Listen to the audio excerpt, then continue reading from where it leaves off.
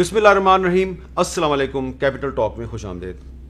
آج 3-4 اہم ڈیولپمنٹس ہوئی ہیں, اہم واقعات ہوئے ہیں. سب سے اہم تو یہ ہے کہ افواج پاکستان کے ترجمان D G I S P R کی طرف سے ایک میڈیا بریفنگ کی گئی ہے, پریس کانفرنس ہوئی ہے. اس میں انہوں نے بہت سی اہم باتیں کی ہیں. اور اس کے علاوہ قومی اسمبلی کے deputy speaker Qasim Khan sorry کی طرف سے یہ دعویٰ کیا گیا جو ارکان قومی اسمبلی نے استعفے دیے تھے وہ قبول کر لیے گئے ہیں. اور اس کے علاوہ آزاد کشمیر میں ایک بہت بڑا سیاسی بحران پیدا ہو گیا ہے. ان تینوں معاملات پہ بات کریں گے, لیکن سب سے پہلے بات کرتے ہیں جو D G I S P R کی پریس کانفرنس ہے. جو D G I S P R کی پریس کانفرنس ہے, اس میں آج انہوں نے بہت سے جو اہم معاملات ہیں ان کو کلیئر کر دیا ہے. انہوں نے یہ کہا ہے کہ خدارہ فوج کو سیاست میں نہ گھسیٹیں, اور انہوں نے یہ بھی کہا کہ اب پاکستان میں کبھی مارشل لا نہیں آئے گا. جو اہم ترین بات تھی وہ یہ تھی کہ انہوں نے کہا کہ امریکہ نے کبھی پاکستان سے فوجی اڈے مانگے ہی نہیں. جو عمران خان صاحب کہہ رہے تھے نا ایبسولوٹلی ناٹ, تو D G I S P R نے کہا کہ امریکہ نے تو فوجی اڈے پاکستان سے مانگے ہی نہیں. اور اس کے علاوہ انہوں نے کہا کہ پاکستان کے ایٹمی ہتھیار جو ہیں وہ محفوظ ہاتھوں میں ہیں, اور افواج پاکستان کے خلاف جو سوشل میڈیا پہ ایک کمپین چل رہی ہے, لوگوں کا پتہ چل گیا ہے, بہت جلد جو متعلقہ ادارے ہیں ان کے خلاف کارروائی بھی کریں گے. لیکن یہ جو پریس کانفرنس ہے, اس پریس کانفرنس سے بہت سے ایشوز جڑے ہوئے ہیں. میں آج ان پہ بات کروں گا, اور جو قومی اسمبلی کے ارکان کے استعفوں کا معاملہ ہے اور آزاد کشمیر کا سیاسی بات کریں گے, اس پہ ہم بعد میں بات کریں گے. سب سے پہلی بات, عمران خان صاحب نے کل رات کو پشاور میں ایک جلسے سے خطاب کیا, اور اس میں انہوں نے پاکستان کے ایٹمی اثاثوں کے بارے میں ایک بات کی. سنیں وہ کیا کہہ رہے ہیں. جس سازش کے تحت ان کو حکومت دلوائی گئی, میں اپنے سارے اداروں سے پوچھتا ہوں کہ کیا تمہارا جو نیوکلیئر پروگرام ہے ان کے ہاتھ میں, کیا یہ حفاظت کر سکتے ہیں؟ کیا نیوکلیئر پروگرام ان دو ڈاکوں کے ہاتھ میں جن کے پیسے باہر پڑے ہوئے ہیں, کیا پاکستان ہماری سالمتی ان چوروں کے ہاتھوں میں ڈال رہے ہو؟ کیا آپ کو کوئی خوف خدا نہیں ہے؟ تو یہ عمران خان صاحب نے ایک عوامی جلسے میں یہ بات کر دی کہ جیسے پاکستان کا جو نیوکلیئر پروگرام ہے اس کو کچھ خطرات پیدا ہو گئے. تو D G I S P R نے اس پر ایک سوال ان کو کیا گیا, انہوں نے کیا جواب دیا, ذرا سنائیں. ایز فار ایز ہماری سیاسی قیادت اس کنسرن, یہ نیوکلیئر ایسٹس کسی ایک سیاسی قیادت کے ساتھ منسلک نہیں ہے. ہمارا پروگرام ایسی جگہ پہ ہے کہ پوری دنیا میں اس کی کمانڈ اینڈ کنٹرول میکانزم, ہمارے ایسٹس کی سیکیورٹی کی انٹرنیشنل جو ایویلویشن ہے اس کے اندر one of the best systems ہے. سو ایسا کوئی خطرہ نہیں ہے الحمدللہ ہمارے نیوکلیئر پروگرام کو, اور ہمیں تھوڑا سا اس کو اپنی سیاسی ڈسکشن میں نہیں لانا چاہیے. It is not good. It is not good. اب میرے خیال سے بینگ اے پاکستانی جو جمہوریت پہ یقین رکھتا ہے, 1973 کے آئین پہ یقین رکھتا ہے, D G I S P R جو ہے ان کی جو گفتگو تھی اس میں جو مجھے سب سے اچھی چیز اٹریکٹ کی وہ یہ تھی کہ وہ آپ کو کمٹمنٹ دے رہے ہیں کہ مارشل لا اب کبھی نہیں آئے گا. کیا کہا, سنیے. فیوچر جو آگے جانا ہے وہ جمہوریت میں ہی ہے انشاءاللہ, اور پاکستان میں کبھی مارشل لا نہیں آئے گا. یہ تو سننے کے لیے میرے کان ترس رہے تھے جو D G I S P R نے آج کہہ دیا. اب عمران خان صاحب جو ہے انہوں نے پرسوں رات کو ایک اپنا ویڈیو میسج دیا, اس میں فوج کے بارے میں کیا کہہ رہے ہیں وہ بھی سن لیں. اپنی آزادی کی حفاظت, اپنی جمہوریت کی حفاظت قوم کرتی ہے, کوئی اور اس کی حفاظت نہیں کرتا. کوئی فوج نہیں حفاظت کر سکتی, کوئی باہر سے قوت نہیں مدد کر سکتی. یہ جو اس میں انہوں نے کہا ہے کہ جو جمہوریت کی اور قوم کی حفاظت ہے وہ قوم خود کر سکتی ہے, کوئی فوج نہیں کر سکتی. تو یہ جو آج کل عمران خان صاحب کی گفتگو میں فوج اور جوڈیشری بار بار آ رہی ہے, تھوڑا سا غصے کا اور ناگوار پن کا اظہار کر رہے ہیں. کیوں کر رہے ہیں؟ ابھی کچھ سال پہلے تک, کچھ عرصہ پہلے تک تو آپ جنرل قمر جاوید باجوہ کی اور فوج کی بڑی تعریفیں کر رہے تھے. کیا آپ نے کہا تھا جنرل باجوہ صاحب کے بارے میں, سنیں ذرا. میرے خیال میں جو جنرل باجوہ ہے یہ سب سے زیادہ نیوٹرل اور پرو ڈیموکریٹک جنرل ہے میرے خیال میں. اس نے کون سی ایسی چیز کی ہے مجھے بتائیں. صرف نواز شریف کی مدد نہیں کی تو خلاف ہو گیا. تو صرف اگر عمران خان کی مدد نہیں کی تو عمران خان اس فوج کے خلاف ہو گیا. دیکھیں نا حالات کتنی تیزی سے تبدیل ہوتے ہیں. اور عمران خان صاحب جب وزیر اعظم تھے اور ابھی ان کے خلاف تحریک عدم اعتماد نہیں آئی تھی، وہ فوج کے بارے میں کیا کہہ رہے تھے، ذرا سنیں. پاکستانی فوج کے اوپر یہ جو اٹھا رہے ہیں، میں ان سے سوال پوچھتا ہوں کہ مجھے کیوں نہیں کوئی پرابلم، مجھے کوئی پاکستانی فوج سے کیوں پرابلم نہیں ہے؟ ہاں آپ کو پرابلم نہیں تھی کیونکہ ابھی تحریک عدم اعتماد نہیں آئی تھی. میں آج اپنے ناظرین کے ساتھ، ویورز کے ساتھ کچھ پرانی چیزیں شیئر کرنا چاہتا ہوں. عمران خان صاحب جب پرویز مشرف کے دور میں قومی اسمبلی کے رکن بنے تو وہ اپنی پارٹی کے صرف ایک واحد رکن تھے، اور اس وقت بے نظیر بھٹو اور نواز شریف یہ دونوں پاکستان سے باہر تھے. پاکستان میں ایک پولیٹیکل ویکیوم تھا، اور اس ویکیوم میں عمران خان صاحب جو ہے وہ بہت کھل کر پرویز مشرف کی حکومت پہ تنقید کیا کرتے تھے، اور فوج کا جو سیاسی کردار ہے اس پہ بھی تنقید کرتے تھے. اب جو فوج کا جو سیاسی کردار ہے اس پہ عمران خان کی جو اس وقت کی تنقید تھی، اسی کو آپ دیکھیں تو وہی جو تنقید ہے اس کو بعد میں پھر جو باقی اپوزیشن پارٹیاں تھیں انہوں نے بھی اس تنقید کو آگے بڑھایا. تو عمران خان صاحب ہوں یا پی ڈی ایم کی پارٹیاں ہوں، یہ سارے جو ہیں یہ کہتے تھے کہ فوج سیاست میں مداخلت نہ کرے. اب جب فوج نے سیاست میں مداخلت کرنی بند کر دی ہے اور وہ آئین کے آرٹیکل 243 کے مطابق چل رہی ہے، 244 کے مطابق چل رہی ہے، تو عمران خان اور ان کی پارٹی جو ہے اس کو کوئی پرابلم ہو گئی ہے. لیکن جب عمران خان صاحب حکومت میں نہیں تھے تو ان کی تنقید کیا تھی، سنیں وہ ہمارے اس پروگرام کیپٹل ٹاک میں بیٹھ کے کیا کیا کہتے تھے اور ہم کیا کیا ایئر کرتے تھے. میں آپ کو یہ فرسٹ ہینڈ بتا رہا ہوں کہ آئی ایس آئی جنرل نے مجھے کہا کہ عمران الیکشن سے پہلے 2002 کہ جناب آپ جنرل مشرف کی پارٹی آپ بھی اس کا حصہ بن جائیں. تو میں نے اس سے جب نام انہوں نے مجھے بتائے، میں نے کہا پاکستان کے نامور چور اور ڈاکو آپ نے اس پارٹی میں ڈال دیے ہیں اور مجھے کہہ رہے ہیں کہ میں بھی اس کا حصہ بن جاؤں. تو مجھے آگے سے جواب دیتا ہے کہ عمران یہ لوگ صرف چوروں کو ہی ووٹ دیتے ہیں. اچھا، یہ آئی ایس آئی کا جنرل کہہ رہا ہے کہ لوگ عمران صاحب صرف چوروں کو ووٹ دیتے ہیں. تو جب آپ ایک اسٹیبلشمنٹ خود ان لوگوں کو اوپر لے کے آتی ہے، ان کو پروٹیکٹ کرتی ہے، اور یہ غلط اپنی بہتری کے لیے، اس لیے نہیں کہ لوگ جو اچھے لوگ بھی تو ہیں آپ کے ساتھ بیٹھے ہیں. یہ تو مشاہد کو تو میں نہیں کہہ رہا، لیکن میں آپ کو یہ بتاؤں کہ اسٹیبلشمنٹ کو سپورٹ کر رہے ہوں گے نا غالباً، ہم سپورٹ کر.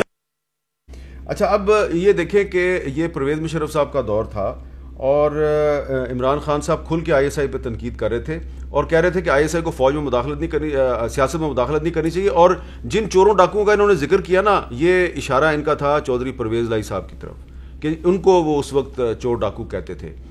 بعد میں پھر یہ اور بھی ایجنسیوں کا جو کردار ہے، اسٹیبلشمنٹ کا کردار ہے، اس پہ اور بھی تنقید کرتے رہے، اور وہ تنقید بھی ہم نے اپنے اس پروگرام کے ذریعے آپ تک پہنچائی. ذرا وہ پرانی باتیں بھی یاد کر لیتے ہیں.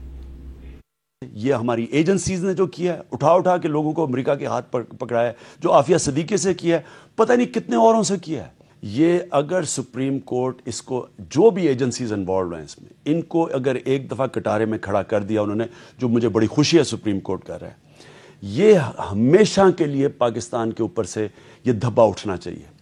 دیکھیں کسی ایجنسی کو یہ حق ہے ہی نہیں کہ آپ جج، جوری اور ایکسیکیوشنر بن جائیں. میں آپ کو گارنٹی کرتا ہوں اگر انشاءاللہ تحریک انصاف پاور میں آئی، میں آپ کو موٹی موٹی چیز کہتا ہوں، کبھی اگر ایجنسیز نے کسی انسان کو اٹھایا، یا میں نہیں ہوں یا وہ ایجنسیز نہیں ہیں. اب یہ فیصلہ تو آپ کریں کہ عمران خان صاحب جب وزیر اعظم تھے تو انہوں نے اپنے جو اقوال زرعی تھے ان پہ کتنا عمل درآمد کیا. لیکن اس کلپ میں وہ سپریم کورٹ کی تعریف کر رہے تھے، اور پھر سپریم کورٹ میں ایک اصغر خان کیس بھی چل رہا تھا، اس کے بارے میں عمران خان کیا کہتے ہیں، ذرا وہ بھی سن لیں. ایئر مارشل کا جو کیس ہے اس میں پیسے دیے ہوئے ہیں پولیٹیشنز کو آئی ایس آئی نے. جنرل دورانی کی پوری ایفیڈیوٹ ہے اس کے اندر. اب آئی ایس آئی جب وہاں جائے گی اور بتائیں گے تو ان کو یہ بھی بتانا پڑے گا اور کس کو پیسے دیے ہیں. اسٹیبلشمنٹ لوگ تو نہیں نکال سکتی، پیسے دے سکتی ہے نا. آئی ایس آئی آج تک پیسے دیتی رہی ہے، اس غریب قوم کے ٹیکس کے پیسے پہ ہی چلتا ہے نا کام. آئی ایس آئی کا کوئی کام انٹرنل پالیٹکس میں نہیں ہونا چاہیے. صرف آئی ایس آئی کا کام ہونا چاہیے بیرونی خطروں کا، اور وہ ایک بہت بڑا رول پلے کرتی ہے. لیکن جب وہ مینیپولیٹ کرتے ہیں، ایک سیاستدان کو پیسے دیتے ہیں، یہ تو خیر ہر طرح برا ہے. ایک تو برا اس لیے ہے کہ غریب اس قوم کے ٹیکس کا پیسہ ہے، اور دوسرا برا اس لیے کہ وہ الیکشن میں ریگنگ کر رہے ہیں. تو آئی ایس آئی کو سیاست میں مداخلت نہیں کرنی چاہیے، سیاستدانوں میں پیسے نہیں بانٹنے چاہیے. یہ عمران خان صاحب ہمارے پروگرام میں بار بار کہتے تھے اور ہم ان کو بار بار اپنا پلیٹ فارم مہیا کرتے تھے. وہ یہ باتیں کہتے رہے اور پھر وہ خود وزیر اعظم بن گئے. اور پھر جب ان کی وزارت عظمیٰ کے دور میں فوج اور ISI نے سیاست میں مداخلت سے انکار کرنا شروع کر دیا تو عمران خان صاحب نے ان کو خود بلا کے کھینچ کے سیاست میں گھسیٹنا شروع کیا.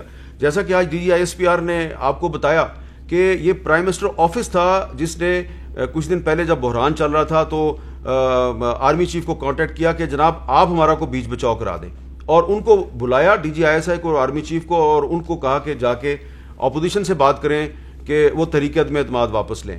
تو جب آپ وزیر اعظم بن گئے تو پھر آپ خود بار بار فوج کو سیاست میں انوالو کرنے کی کوشش کرتے رہے. اسی لیے ہم آپ کو آپ کی پرانی باتیں یاد کروا رہے ہیں. الفاظ آپ کیا استعمال کرتے رہے, ذرا ان پہ بھی غور کریں. بار بار جب جنرلز پاور میں آتے ہیں تو وہ بھی ایک ووٹر کو اس لیے مایوس کر دیتے ہیں کہ جنرلز پھر نیچرل لیڈرشپ نہیں آنے دیتے, وہ پھر اپنے پتلوں کو سامنے لے کے آتے ہیں.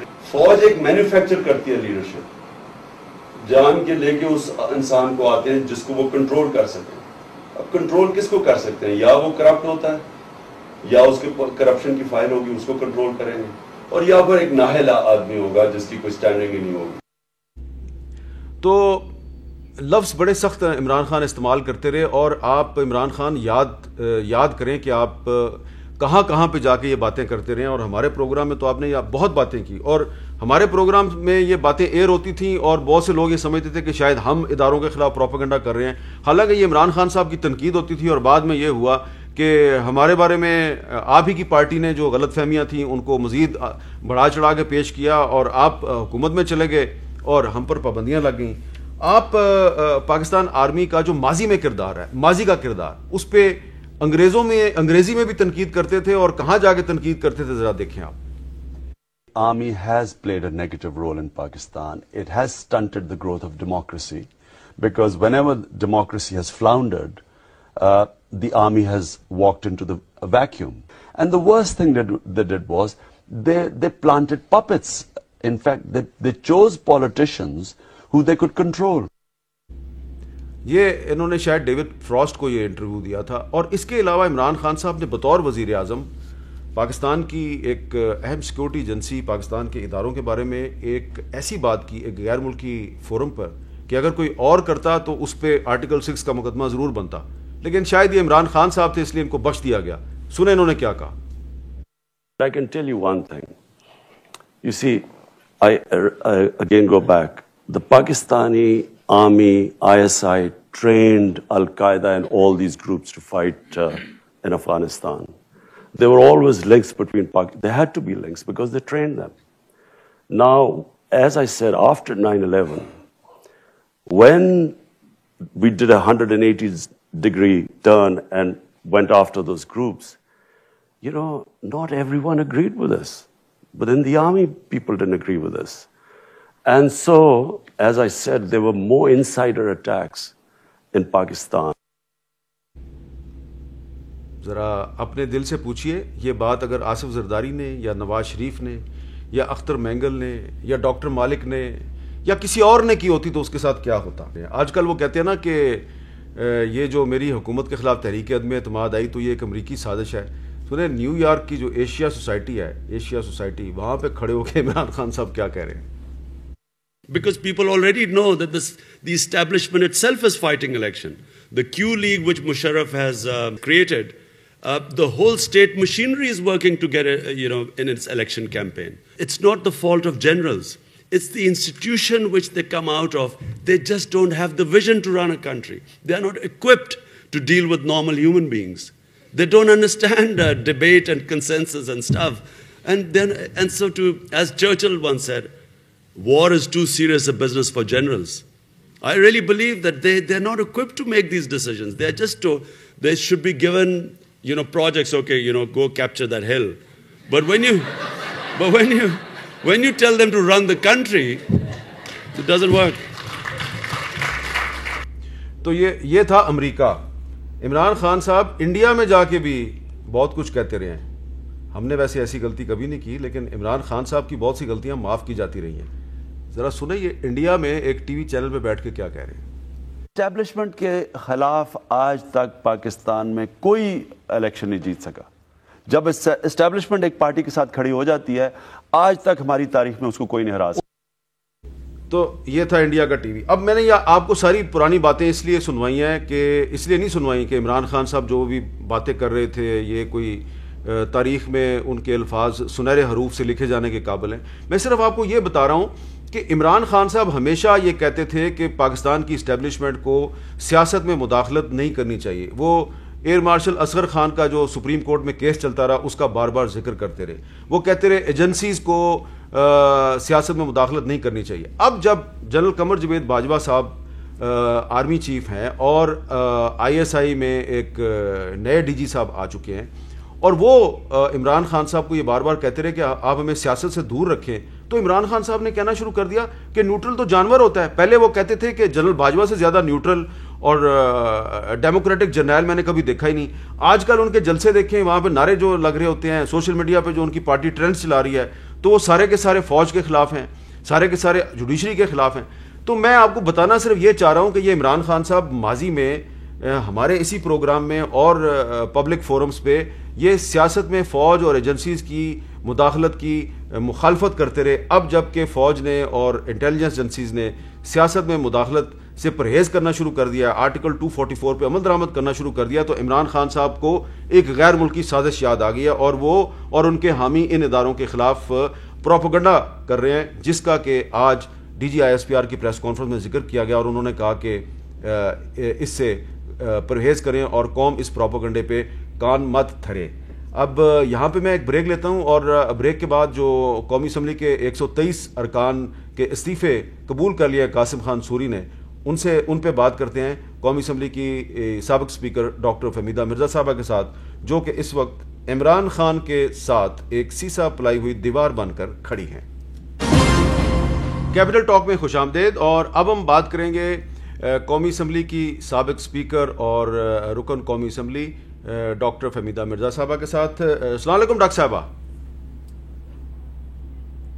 جی وعلیکم السلام. ڈاکٹر صاحبہ بہت شکریہ آپ نے وقت دیا.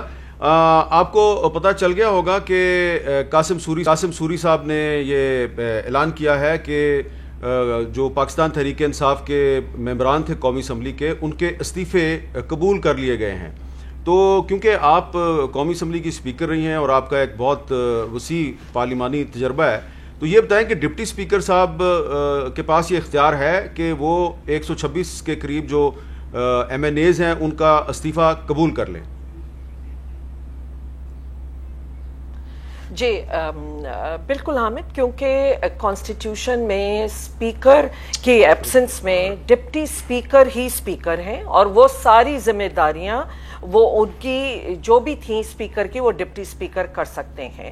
تو ڈپٹی اسپیکر کے پاس جو یہ کچھ دن پہلے یہ جمع ہوئے, اس کے بعد انہوں نے یقیناً اور اسمبلی میں کھڑے ہو کے انہوں نے تو اپنا اناؤنس کیا تھا اور اس کے بعد انہوں نے یقیناً ان ممبر سے رابطہ کیا ہوگا, ان سے چیک کیا ہوگا, تو بالکل ان کے پاس اختیار ہے.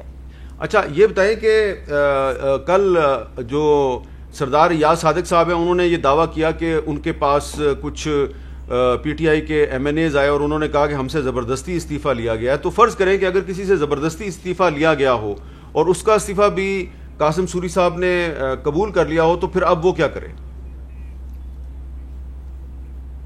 دیکھیے سب سے پہلے تو جو یہ 3-4 دن ان کے پاس تھے جب جمع ہوئے تھے استعفے, تو اس پیریڈ میں وہ میڈیا میں بھی آ کے بات کر سکتے تھے, وہ جا کے قاسم سوری صاحب سے بھی مل کے کہہ سکتے تھے, لے سکتے تھے واپس وہ ریزگنیشن کے جو بھی ان کے دستخط سے جمع ہوئے وہ واپس لے سکتے تھے, وڈرا کر سکتے تھے, اور اس کے علاوہ میڈیا میں بھی اپنا بیان دے سکتے تھے.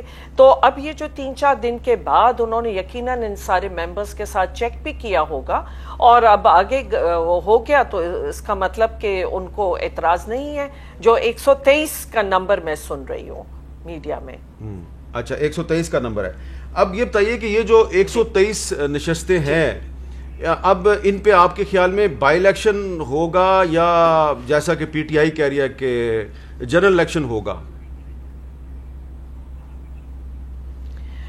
دیکھیے حامد صاحب، ایک تو پورا جو یہ ماحول اس وقت بنا ہوا ہے، اور اگر آپ کو یاد ہوگا شاید آپ کے ساتھ بھی انٹرویو میں، اور میں نے جتنے انٹرویوز دیے تھے اس وقت، میں اسی لیے جو میں نے نو کانفیڈنس کا میں حصہ نہیں بنی، اس کا ریزن ہی یہ تھا کہ میں ایک انارکی دیکھ رہی تھی کہ کس طرح اداروں پہ آج جو اس طرح کی آ رہی ہیں باتیں ہو رہی ہیں، تو میں یہ سمجھتی ہوں کہ یہ پورے پروسیس نے جتنی ایک انسٹیبلٹی پیدا کی ہے، اور جس طرح یہ اب ان کی اب بائی الیکشن میں جانا، ادھر وہ الیکشن ڈیمانڈ کر رہے ہیں، تو یہ ساری صورتیں، کیونکہ 123 نمبر بہت بڑا نمبر ہوتا ہے، اور اس کے لیے بائی الیکشن میں جانا تو آئی تھنک پھر تو ان کی جو وہ کہہ رہے ہیں، اور پبلک میں اس وقت جس طرح جا کے ہمیں نظر آ رہا ہے کہ ایک ماحول بن رہا ہے، تو شاید یہ جنرل الیکشن کی طرف ہی اب جانا پڑے گا، یا دیکھیں جو بھی حالات بنتے ہیں پھر آگے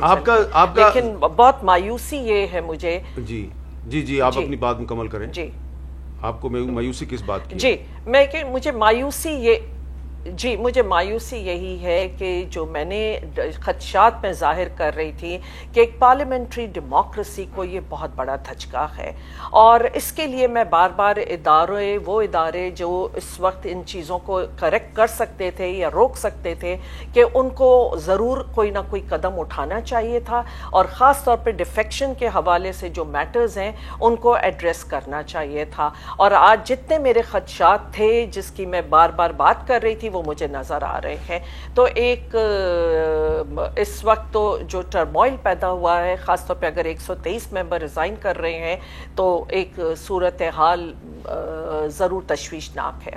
آپ کا خیال ہے کہ اب اس جو تشویشناک صورتحال ہے، اس سے نکلنے کا واحد راستہ عام انتخابات ہیں؟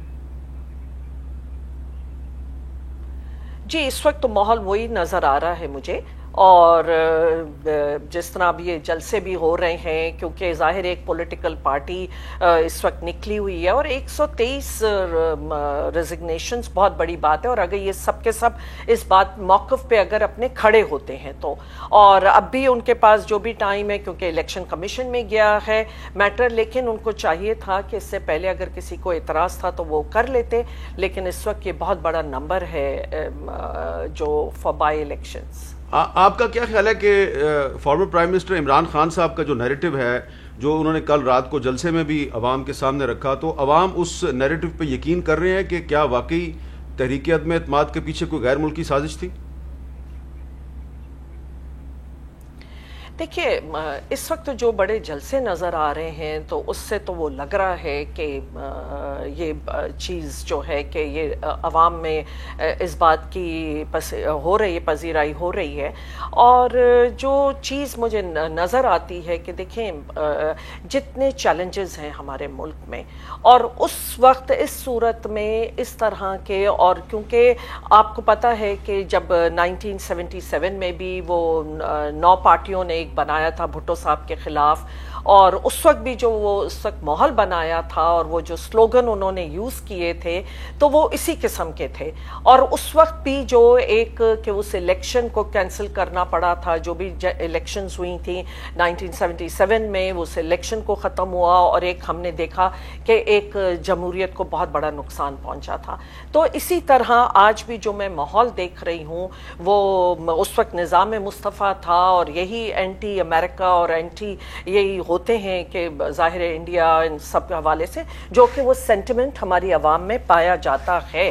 اور کیونکہ دہشت گردی کے جس طرح چیلنجز رہے ہیں، اور ڈرون اٹیکس ہوئے ہیں، تو اس وجہ سے یہ کافی عوام میں یہ سینٹیمنٹس پائے جاتے ہیں. تو وہ نظر آ رہا ہے کہ اس پہ ایک جس طرح کے ان کے جلسے ہو رہے ہیں کہ شاید اس نیریٹو کو پذیرائی مل رہی ہے. ڈاکٹر صاحبہ، آج D G I S P R نے ایک پریس کانفرنس کیا، اس میں انہوں نے بڑی اہم باتیں کی ہیں. اس میں جو سب سے اہم بات ہے وہ یہ کہہ رہے ہیں کہ فوج کو سیاست میں نہ گھسیٹیں، اور سیاستدان جو ہیں وہ اپنی لڑائی جو ہے وہ اپنے تک محدود رکھیں، اس میں ہمیں لے کے نہ آئیں. تو اس پہ آپ کا کیا تبصرہ ہے؟ دیکھیے صرف فوج نہیں، اس وقت جو ہے 3 بڑے اداروں پہ بہت بڑا سوالیہ نشان جس طرح اب نظر آ رہا ہے کہ اس میں آیا ہے، وہ جوڈیشری بھی ہے اور وہ الیکشن کمیشن بھی ہے. تو میرا تو یہ ہے کہ یقیناً کہ ہر ایک کو اپنے ڈومین میں رہ کے کام کرنا چاہیے جس طرح کانسٹیٹیوشن میں ہے، پر جب ادارے اپنی جگہ اپنی ذمہ داری نہیں نبھاتے ہیں تو پھر یہ صورتحال پیدا ہو جاتی ہے. تو یقیناً آرمی کو بھی نہیں لانا چاہیے، اور ہمارا پاس جو بھی رہا ہے وہ میں تو سندھ کے حوالے سے لاسٹ الیکشن میں ہی جو میں نے دیکھا تھا، اور وہ بھی ایک کیونکہ ایک طرف اگر وہ انہیں کہتے ہیں سلیکٹڈ، تو میں سندھ حکومت کے حوالے سے بھی کہہ رہی تھی، اور کیونکہ جو خود میں نے وٹنس کیا، اور اس کے ساتھ ساتھ دیکھیں اب سلیکٹڈ سے ایک امپورٹڈ ہو گئی ہے. تو یہ جو جتنے بیانیاں ہیں اس میں ایک اس کو ایڈریس کرنے کے لیے جب تک ساری پولیٹیکل پارٹیز اور ادارے ایک جگہ بیٹھ کے ان چیزوں کو ایڈریس نہیں کریں گے تو میرا خیال ہے یہ ہمارے ملک کے لیے بہت بڑی تشویشناک صورتحال ہے. یہ جو آپ نے ایک ورڈ یوز کیا امپورٹڈ، تو یہ امپورٹڈ حکومت کیسے ہے؟ کیا شہباز شریف صاحب پاکستانی نہیں ہیں؟ نہیں جی، یہ میرا موقف، میں تو نہیں یہ بات کہہ رہی ہوں، لیکن میں تو اس وقت وہ چیزیں بتا رہی ہوں جو اس وقت عوام میں نظر آ رہی ہیں، اور جس چیز کے اوپر کہ سلیکٹڈ ہو یا امپورٹڈ ہو، یہ دونوں چیزیں جو ہیں وہ ہمارے لیے بہت نقصان دہ ہیں. یہ قطعی میں اپنے حوالے سے یہ بات نہیں کر رہی ہوں. جی اچھا، اب آخر میں ایک چیز یہ بتا دیں کہ ڈپٹی اسپیکر صاحب جو ہیں قاسم سوری صاحب، انہوں نے باقیوں کے استعفے قبول کر لیے تو یقیناً اپنا بھی قبول کر لیا ہے، تو اب وہ قومی اسمبلی کا جو اجلاس ہے اس کو آگے پیچھے تو نہیں کر سکتے، اب تو ان کا اختیار ختم ہو گیا.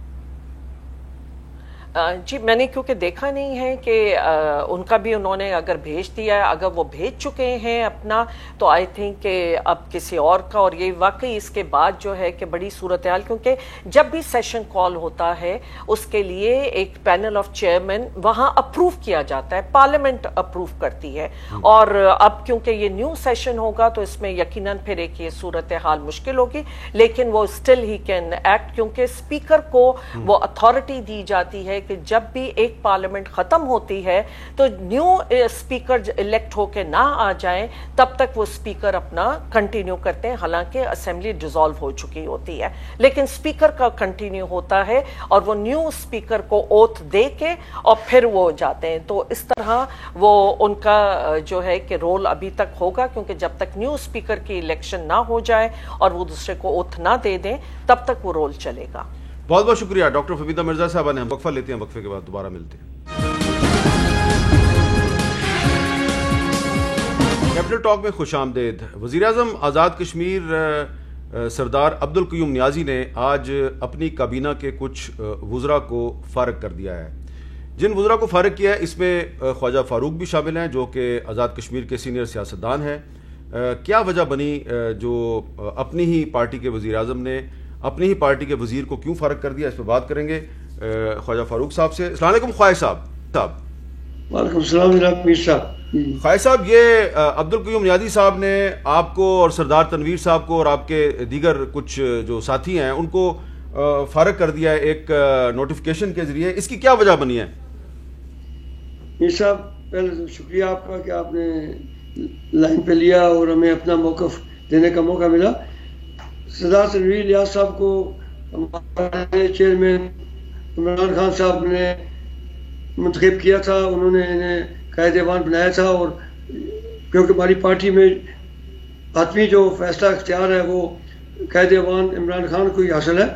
لیکن جہاں تک ان کا تعلق ہے، ہم 3-4 مہینے سے ہماری کوشش تھی، کیونکہ جو توقعات تھی لوگوں نے ہماری گورنمنٹ سے توقعات رکھی ہوئی تھی وہ پوری نہیں ہو رہی تھی. اس میں ان کی آپ نااہلی کہہ لیں یا ان کا پارٹی کے ساتھ کوئی گراس روٹ لیول پہ تعلق نہیں تھا.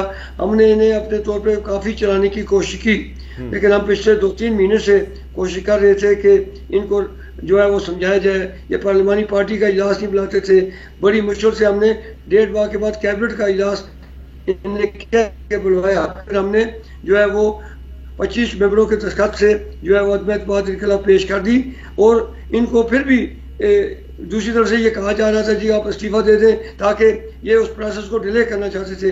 ہم سمجھتے ہیں جی کہ یہ 3-4 ماہ پہلے انہیں فارغ ہو جانا چاہیے تھا. ہم نے اپنے قائد عمران خان صاحب کو بھی یہ کہا تھا, لیکن چونکہ پاکستان کے سیاسی حالات جو ہے وہ کافی بزی ہو گئے تھے اس میں, اور ہم اسی خیال میں تھے کہ ادھر سے حالات پرامن ہو جائیں, ہمارے چیئرمین فارغ ہو جائیں تو پھر ہم پوری پارلیمانی پارٹی, ہم نے ان کو ریکویسٹ بھیجی ہوئی تھی, پوری پارلیمانی پارٹی ان کو ملے گی. لیکن جب ان کی اس حرکت کا پتہ لگا کہ یہ اگلے دن جس دن ہم نے تحریک عدم اعتماد پیش کی, اگلے دن یہ پیش کرنے جا رہے تھے, مل کے ہمیں اسی میں یہ کرنی پڑی, اور اسے پوری تائید اور حمایت حاصل تھی. جو ہمارے اسد عمر صاحب ہیں ان کی طرف سے ایک لیٹر آ گیا تھا جس میں آشیرواد حاصل تھی, تو وہ لیٹر دیکھ کے ہم نے ان کے خلاف تحریک عدم اعتماد پیش کی ہے. اس میں بہت سی وجوہات ہو سکتی ہیں. میں چونکہ ان کی کابینہ کا ایک حصہ تھا, میں اپنے آپ کو یہ نہیں کہتا کہ ذمہ داری مجھ پر نہیں تھی, لیکن ہم نے اپنی طرف سے پوری کوشش کی کہ ان کو صحیح ٹریک پہ رکھا جائے. اپوزیشن کے ساتھ ان کے جو رابطے تھے, جو جس طرح ہمارے جو ٹکٹ ہولڈر تھے, ہمارے جو لوگ تھے وہ شکایتیں کر رہے تھے, ان کو فنڈ نہیں دے رہے تھے, یہ انہی پہ چونکہ ان کا بنیادی طور پہ ان کے ساتھ ایک مسلم لیگ نون تھی, اس کے بعد لوگوں کے ساتھ یہ اکٹھے کابینہ میں رہے تھے, وہ دوستی پال رہے تھے. ان کا نہ عمران خان کے ان کا کوئی اندازہ تھا, نہ پتہ تھا, نہ انہیں یہ, اور انہیں یہ پتہ تھا کہ میں ایک بار بنوں, آئندہ میں بنوں گا نہیں, اس لیے یہ ہر دن کو آخری دن سمجھ کے یہ کام کر رہے تھے. اقروا پروی کا ان پہ بہت بڑا ایک الزام تھا. آپ حیران ہو گئے کہ لبریشن سیل میں جو تحریک آزادی کشمیر کے لیے بنایا گیا تھا, اور آپ سے زیادہ اور کون واقف ہے تحریک کے ساتھ, کہ اس میں انہوں نے ایک دن میں 25 جو ہے وہ ڈی پی او اپنے حلقہ انتخاب سے اپنے رشتہ دار بھرتی کر دیے. پولیٹیکل سیکرٹری انہوں نے اپنے بھتیجے کو بنا دیا, اور اسی طرح تمام جو عہدے تھے جو سیاسی کارکنوں کو پی ٹی آئی کے ان لوگوں کو جو پچھلے 10-15 سال سے پوزیشن میں تھے ان کو اکاموڈیٹ کیا جا سکتا تھا منصوبوں کے حوالے سے. اور پھر جب ہم انہیں کہتے تھے کابینہ کا اجلاس بنائے تو اس میں بھی. اچھا خواجہ صاحب آپ کہہ رہے ہیں کہ آپ نے جو بھی قدم اٹھایا, اس اسد عمر صاحب جو پارٹی کے سیکرٹری جنرل ہیں ان کی تائید سے اور حمایت سے آپ نے قدم اٹھایا, اب انہوں نے آپ کو کابینہ سے فارغ کر دیا ہے, تو کیا آپ نے اسد عمر صاحب سے رابطہ قائم کیا ہے؟ جناب میں سمجھتا ہوں مجھے اور میرے تنویر الیاس صاحب جو پارٹی صدر ہے, اور ماجد خان صاحب دوسرے لوگوں کو فارغ جو کیا گیا ہے, اکبر ابراہیم صاحب ہیں, علی شان صاحب ہیں, یہ ہمارے لیے اعزاز کی بات ہے کہ ہمیں انہوں نے اس لیے فارغ کیا کہ ہم نے اسد عمر صاحب اور اپنے چیئرمین کی ہدایت پہ ان کی اجازت سے ہم نے ان کے خلاف تحریک عدم اعتماد موو کی تھی, اور یہ ہمیں ہماری برطرفی پارٹی سے اپنے چیئرمین سے کوئی بے وفائی کی بنیاد پہ عمل نہیں لائی گئی. یہ تو میں سمجھتا ہوں میرے لیے اور میرے ساتھیوں کے لیے ایک تمغہ ہے, یہ تمغہ وفاداری ہے کہ ہم نے اپنے پارٹی چیئرمین کے حکم پہ عمل کیا. اچھا خواجہ صاحب ایک منٹ, خواجہ صاحب یہ بڑی اہم بات ہے, خواجہ صاحب یہ بڑی اہم بات ہے, ذرا یہ ہمارے ویورز کو سمجھا دیں اس وقت جو لوگ آپ کو سن رہے ہیں کہ آپ ابھی بھی عمران خان صاحب کے وفادار ہیں, اور آپ کہہ رہے ہیں کہ یہ سردار عبدالقیوم نیازی جو کہ اس وقت آزاد کشمیر کے وزیر اعظم ہیں, یہ اپنی پارٹی کے ساتھ دغا کر رہے تھے, دھوکہ یہ کر رہے تھے. بالکل جناب, یہ بالکل میں کہتا ہوں یہ جو آج انہوں نے ہمیں نوٹیفیکیشن برطرفی کا کیا ہے, یہ ہمارے لیے ایک تمغہ ہے کہ ہمیں اس بنا پہ فارغ نہیں کیا گیا کہ ہم نے اپنی پارٹی کے ساتھ بے وفائی کی, ہم نے کوئی ڈیفیکشن کلاس ہم پہ نہیں لگتی. ہم کل بھی اپنے قائد عمران خان کے ساتھ تھے, آج بھی اپنے قائد عمران خان کے ساتھ ہیں, اور کل بھی انشاءاللہ عمران خان صاحب کے ساتھ ہوں گے, کیونکہ ہم سمجھتے ہیں کہ تحریک آزادی کشمیر کے حوالے سے جو مضبوط آواز عمران خان کی ہے, جس طرح آپ دیکھیں کہ پاکستان میں سب سے پہلی جو مبارکباد آئی ہے میر صاحب آپ کو کشمیر تحریک آزادی کشمیر کے حوالے سے, اور کون آپ کو کوئی بتائے گا, سب سے پہلی مبارکباد جو ہے وہ مودی کی جانب سے آئی ہے. تو اس لیے ہم سمجھتے ہیں کہ پاکستان ایک مضبوط اور مستحکم پاکستان ہوگا, پاکستان میں ایک مضبوط حکمران ہوگا, وہ مودی کو اور ہندوستان کے ان ظالم حکمرانوں کو وہی للکار سکتے ہیں. ہم کشمیری ہونے کی حیثیت سے ہم سمجھتے ہیں کہ اس وقت پاکستان میں اگر ایک مضبوط حکومت جو عمران خان کی شکل میں آ سکتی ہے, وہی ہم تحریک آزادی کشمیر کی ضمانت ہو سکتی ہے. اس لیے مجھے یہ فخر ہے اس بات پہ, مجھے اس بات پہ کابینہ سے نکالا گیا، مجھے اور میرے ساتھیوں کو، میرے صدر کو اس بات میں نکالا گیا، ہم عمران خان کے ویژن کے ساتھ تھے، عمران خان کے احکامات کے ساتھ تھے، اور اس وزیر اعظم کے خلاف جو بات ہم نے پیش کی تھی، جب انہوں نے تحریک طور پہ ہمیں، انہوں نے کل ایک اور فراڈ کیا کہ اسد عمر صاحب کی طرف سے ایک جعلی جو ہے نوٹیفیکیشن نکالا کہ جی ایک کمیٹی بن گیا.